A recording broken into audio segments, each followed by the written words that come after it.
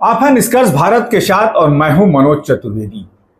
मोदी की पाठशाला में चिराग एक टॉपर स्टूडेंट के जैसा निकले हैं और अब मोदी की पाठशाला में ही वो सबसे आगे की बेंच पर बैठेंगे। जी हां, चिराग पासवान का तो मंत्री बनना तय ही है, लेकिन वो बोनस में एक राज्य मंत्री का भी पद चाहते हैं और शायद वो राज्य मंत्री कहीं ना कहीं उनके बहनोई ही बनेंगे। जी हां, अरुण भारती के लिए जो अंदरूनी खबरें आ रही हैं, अरुण भारती के लिए चिराग पासवान राज्य मंत्री का पद चाह रहे हैं। हम आपको बता दें कि रामविलास पासवान के निधन के बाद चाचा पशुपति पारस के धोखे और पार्टी तोड़ देने के कारण पिछली बार मंत्री बनते बनते रह गए चिराग के कैबिनेट मंत्री बनने की बारी तीसरे संसदीय कार्यकाल में आ गई है। लोजपा रामविलास के एक नेता ने कहा, एक पद का भरोसा मिला है, राज्य मंत्री मिल जाए तो बोनस होगा।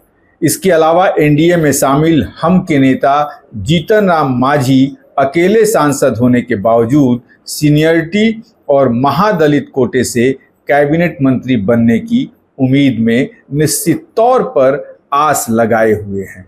हम आपको ये भी बता दें कि चिराग पासवान का जो पिछला लोकसभा का चुनाव था उसमें 6 उनके सांसद थे। उनके पिता उस समय जीवित थे और पिता के मरने के बाद चाचा पशुपति ने उनकी पार्टी को तोड़ दिया और 5 सांसद यहाँ तक कि अपने भतीजे प्रिंस से लेके और यही बीना देवी को लेकर चिराग पासवान से अलग हो गए थे और अपने मंत्री बन बैठे थे मोदी मंत्रिमंडल में। उस समय शायद नरेंद्र मोदी को ये तनिक भी विश्वास नहीं था कि ये जो युवा नौजवान जो दिख रहा है आने वाले लोकसभा के चुनाव में अपनी मेहनत के बल पर अपनी मेहनत से इस पार्टी को इस जगह पर ले जाएगा।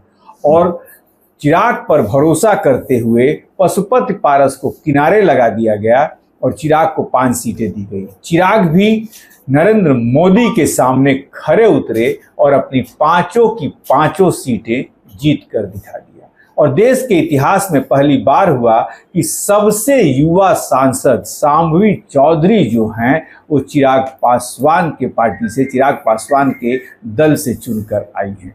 अब देखना ये होगा कि चिराग को तो मंत्रिमंडल का पद मिल ही रहा है, मंत्री का पद मिल ही रहा है, लेकिन अपने बहनोई को चुनते हैं या युवा सांसद शांभवी को राज्य मंत्री का दर्जा दिलाते हैं। इस पर भी हमारी नजर रहेगी। आप बने रहिए हमारे साथ।